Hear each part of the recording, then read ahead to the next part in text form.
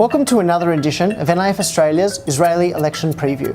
Before we jump into our main topic, here are a few of the big things that have happened, or not happened, since our last episode.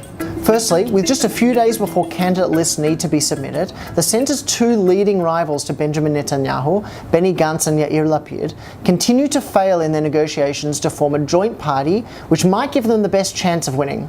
Most outlets have reported difficulties around both personality and policy between Gantz and Lapid. Next, Avi Nissenkorn, the head of the Histadrut, the leading trade federation in Israel, announced he would join Gantz's party and take one of the top spots. This is a bit unusual, as Histadrut chiefs would typically join Labour, but it certainly gives Gantz's party a boost on social and economic issues. A former leader of the ultra-Orthodox Shas party, Eli Yishai, this week refused to condemn a homophobic ad distributed by his followers. The ad promotes his Yachad party with the tagline, "So that there won't be a child with a father and a father," referencing Yishai's long opposition to LGBT rights and marriage equality.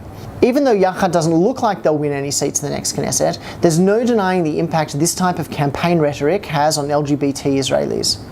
Meanwhile, both Labour and left-wing Zionist party Meretz have now held their primaries, and we can get a sense of who will be representing them in the next Knesset. For Meretz, the big winners were Ilan Gilon, known as a champion of rights for people with a disability, and Michal Rozin, who was part of exposing the Israeli government's anti-refugee laws last year. Labour members handed Itzik Shmuli and Stav Shafir two of the top spots, rewarding them for their efforts in the Knesset over the last few years, having originally entered Parliament off the back of their leadership of the 2011 social justice protests. Former party leaders Sheli Yachimovich and Amir Peretz were also given top spots on the list. To the polls now, and one of the more interesting recent results was a poll published by Israel's public broadcaster Kan. In Israel, it's common to publish hypothetical polls, where the pollster asks about scenarios gauging the public's interest in different parties or candidates running together. In this poll, in which Benny Gantz and Yair Lapid run together, it would have them inching close to Prime Minister Netanyahu's Likud party, but still placing the centre-left behind the right wing, 65 seats to 55. The same poll found that if they ran separately, they may actually be closer to forming a government with the centre-right on 62 seats and the centre-left on just 58 seats, quite similar to the Knesset's current composition. For this episode, we're going to do a deeper dive on the representation of women in the Knesset. If you look at parliaments around the world, you can see that even though Israel is hardly leading the world, it's not doing terribly either.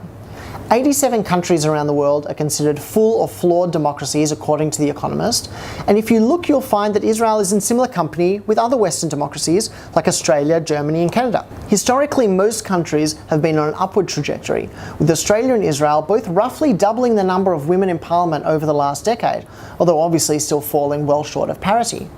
Ultra-Orthodox parties routinely make up more than 10% of the Knesset. You don't have any women on their lists. So it means that other parties in Israel are actually picking up the slack. Just recently, the High Court instructed the Agudat Yisrael party, which runs as part of United Torah Judaism, that it had to change its regulations and allow women to run for office.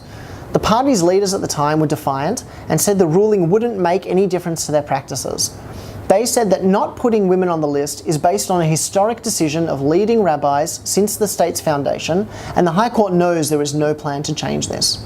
For this election, so far we know that upwards of 40% of winnable seats on the Meretz and Labour lists have gone to women, while the number is closer to 20% for Benjamin Netanyahu's Likud.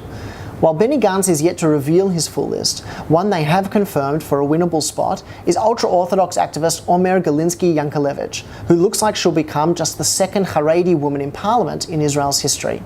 Haaretz also reported that the party is looking to diversify its list further, with their announced candidates so far dominated by Ashkenazi Jews and men. That's all for now. Stay tuned to our Facebook and Twitter pages for daily updates, especially later this week as we get the full candidate lists and we get the final verdict on party mergers. Thanks for watching.